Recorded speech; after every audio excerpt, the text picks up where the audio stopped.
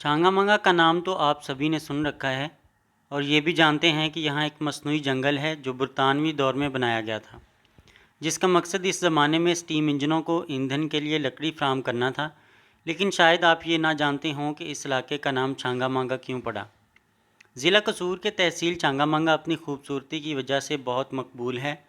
چھانگا مانگا لاہور سے تقریباً 80 کلومیٹر کے فاصلے پر واقع ہے۔ یہ انسانی ہاتھ سے تیار کردہ دنیا کا سب سے بڑا جنگل ہے، جسے ایک منصوبے کے تحت انگریزوں نے 1866 عیسوی میں تعمیر کیا۔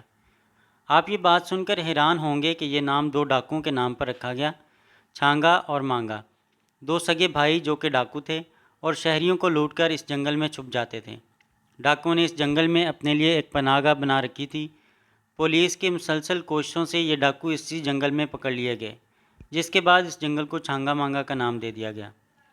ایک خوبصورت نہر اور اس پر تعمیر شدہ پل چھانگا مانگا کی خوبصورتی میں اضافہ کرتے ہیں۔ سیاحوں اور خصوصاً بچوں کے لیے ایک ٹرین چھانگا مانگا جنگل میں گھومتے ہوئے بھلی محسوس ہوتی ہے۔ جھیل کے خوبصورت نظارے دیکھنے والوں کا دل موہ لیتے ہیں۔ ایک مختصر سا چڑیا گھر بھی چھانگا مانگا کی زینت ہے۔ طرح طرح کے مشروبات اور کھانے دستیاب ہیں۔ ایک چھوٹا سا ریسٹ ہاؤس بھی ہے جس میں سرکاری افسران قیام کرتے ہیں۔ عمارتی لکڑی بھی دستیاب ہے۔ چھانگا مانگا جنگل مختلف نوعیت کے درختوں سے مزین ہے۔